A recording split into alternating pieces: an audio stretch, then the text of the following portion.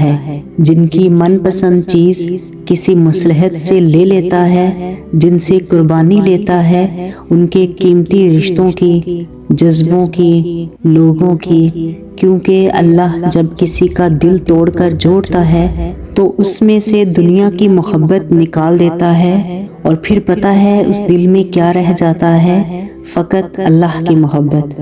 اور اللہ مخلص دلوں کو نوازتا ہے، وقت لگتا ہے مگر عطا کمال کرتا ہے، اور پھر جب اللہ راضی ہو جاتا ہے تو بات بن جاتی ہے، کام بھی ہو جاتے ہیں اور وقت بھی بدل جاتا ہے۔ جب مانگی ہوئی چاہتوں میں دینے والے کی رضا شامل ہو تو معجزے خود ہی اپنا راستہ بنا لیتے ہیں اور تم تک پہنچ جاتے ہیں۔ اللہ نے بے وجہ تھوڑی نہ تقدیروں میں دعاؤں کے حصے محسوس کر رکھے ہوتے ہیں۔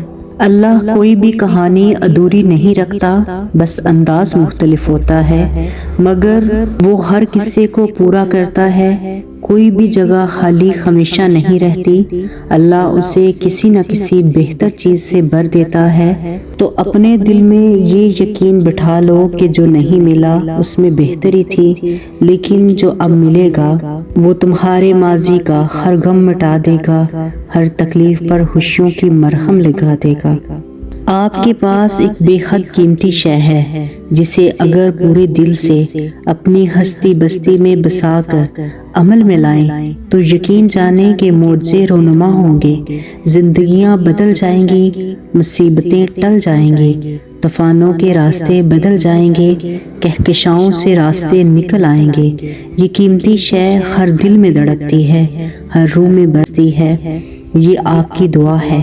جب سچے دل سے دل میں بغیر کوئی شک لائے تم اللہ سے مانگو گے تو وہ بھی تمہاری دعاؤں پر کن کہہ دے گا، کیونکہ دعا صرف عبادت کا حصہ نہیں بلکہ کل عبادت دعا ہی ہے۔ دیکھو نا کس طرح اللہ تمہارے دل میں خیال پیدا کرتا ہے اور پھر چاہتا ہے کہ تم اس سے اپنی خواہش کا ذکر کرو، اور پھر جب تم عاجزی سے اپنے رب کی رحمت کو پکارتے ہو تو وہ الرحمن تمہاری دعاؤں پر کن فرما ہی دیتا ہے۔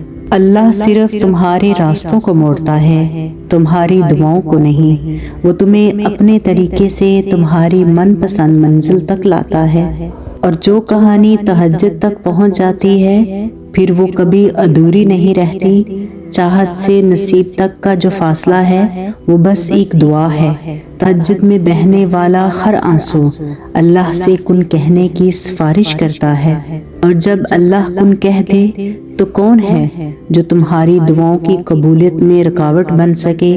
تمہارا کام تو بس اللہ کو منانا ہے اپنی دعاؤں کی شدت سے۔ ہاں، ہر کہانی ویسے مکمل نہیں ہوتی جیسے ہم چاہتے ہیں، لیکن ویسے ضرور مکمل ہوتی ہے جس میں ہماری بہتری ہوتی ہے۔ یہ سب اس کی تقسیم ہے، اور میں نے اس کی تقسیم پر راضی ہونا سیکھ لیا ہے، کیونکہ ہم وہ باتیں نہیں جان سکتے جو اللہ جانتا ہے۔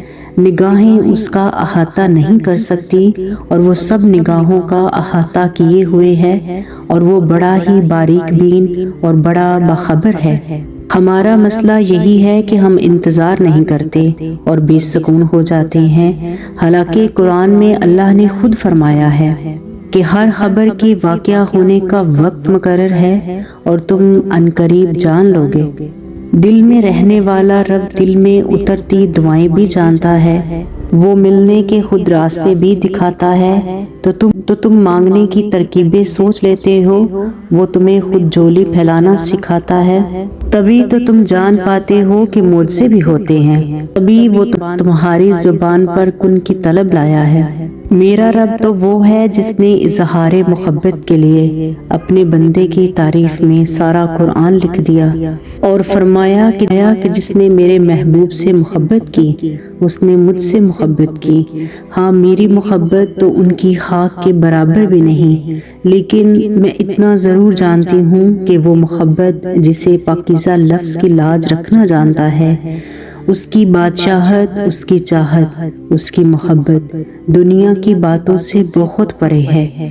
وہ پلکوں پہ ٹھہرے ایک ایک آنسو کی حقیقت جانتا ہے۔ وہ سجدے کی توفیق بس دیتا ہی تب ہے جب اس نے سجدہ قبول کرنا ہو، اور وہ محبت کے لیے سجدے سے بڑی دلیل کیا ہو سکتی ہے، پھر چاہے وہ غم کا ہو یا خوشی کا ہو۔ ساری عاجزی محبتیں ایک طرف اور وہ 70 ماؤں سے زیادہ سچی خلوص اور حقیقی محبت ایک طرف۔ اللہ سے جب بھی دعا مانگو تو یوں مانگو کہ اے اللہ، میرے لیے جو بہتر ہے وہ مجھے عطا فرما۔ میں انسان ہوں اور میری آرزویں اور خواہشیں بھی بہت زیادہ ہیں، میری کمزوریاں بھی میرے ساتھ ساتھ ہیں، تو پروردگار مطلق ہے۔